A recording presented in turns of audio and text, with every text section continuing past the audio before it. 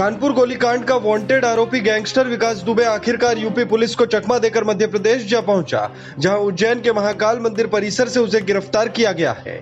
8 पुलिसकर्मियों के सामूहिक हत्याकांड को अंजाम देने वाला विकास दुबे 9 जुलाई की सुबह करीब 9:45 बजे एमपी पुलिस के हत्थे चढ़ गया, यानी उसे पकड़ने में करीब 154 घंटे का वक्त लग गया। गैंगस्टर विकास दुबे ने 2 जुलाई की रात कानपुर के बिकरू गांव में 8 पुलिसकर्मियों को गोलियों से भून डाला। हिस्ट्री शीटर विकास दुबे की गिरफ्तारी के बाद सियासत तेज हो गई है। मध्य प्रदेश के ही पूर्व मुख्यमंत्री दिग्विजय सिंह ने सवाल उठाए हैं और कहा है कि विकास का प्रायोजित सरेंडर है। वहीं कांग्रेस महासचिव प्रियंका गांधी ने ट्वीट कर कहा कि 3 महीने पुराने पत्र पर नो एक्शन और कुख्यात अपराधियों की सूची में विकास दुबे का नाम न होना बताता है कि इस मामले के तार दूर तक जुड़े हैं। वहीं समाजवादी पार्टी प्रमुख अखिलेश यादव ने भी कहा है कि खबर आ रही है कि कानपुर कांड का मुख्य अपराधी पुलिस की हिरासत में है। अगर ये सच है तो सरकार साफ करे कि ये आत्मसमर्पण है या गिरफ्तारी। कोरोना संकट के बीच प्रधानमंत्री नरेंद्र मोदी ने एक बार फिर वाराणसी के लोगों को संबोधित किया। इस दौरान वो बनारसी अंदाज में नजर आए। उन्होंने सबसे पहले यही बोला, हर हर महादेव। प्रधानमंत्री नरेंद्र मोदी ने कहा कि यह भगवान भोले शंकर का ही आशीर्वाद है कि कोरोना के इस संकट काल में भी हमारी काशी उम्मीद और उत्साह से भरी हुई है। इस अभूतपूर्व संकट के समय में हमारी काशी ने डटकर मुकाबला किया है। उन्होंने कहा कि हम सभी के प्रयासों से हमारी काशी भारत के एक बड़े एक्सपोर्ट हब के रूप में विकसित होगी। देश में कोरोना की मौजूदा स्थिति को लेकर गुरुवार को स्वास्थ्य मंत्रालय ने प्रेस कॉन्फ्रेंस की। मंत्रालय ने कहा कि जनसंख्या के आधार पर हम दुनिया के दूसरे सबसे बड़े देश हैं। इतनी बड़ी जनसंख्या होने के बावजूद हमने कोरोना पर संतोषजनक काम किया है। जनसंख्या के हिसाब से देखें तो कोरोना को लेकर हम दुनिया के अन्य देशों की तुलना में सबसे नीचे हैं। स्वास्थ्य मंत्रालय ने कहा कि प्रति 10 लाख जनसंख्या के हिसाब से आज 538 केस है।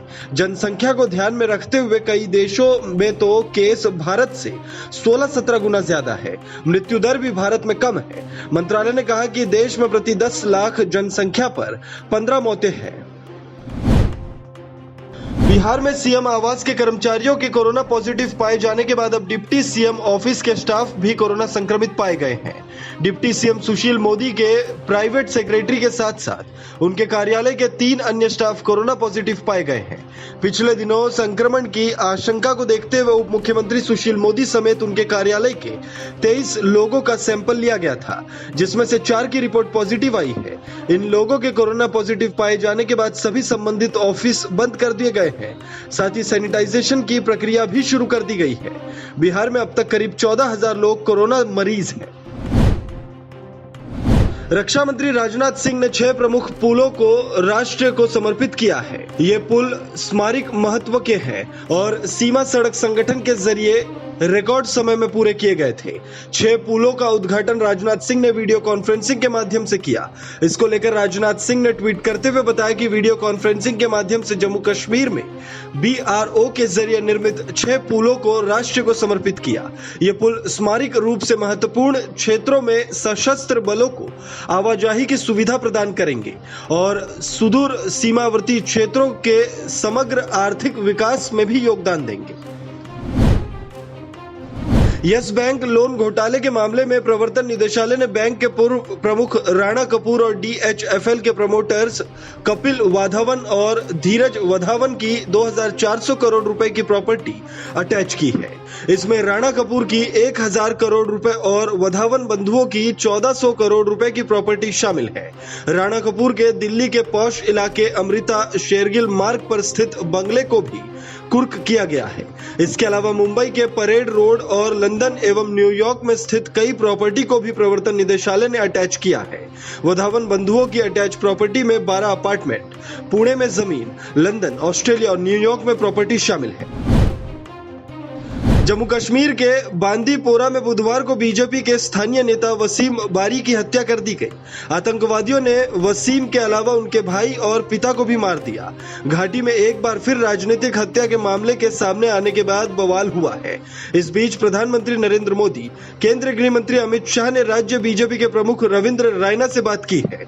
पीएम मोदी और अमित शाह ने रविंद्र रैना से बात कर वसीम बारी और उनके परिवार के सदस्यों की हत्या पर दुख व्यक्त किया।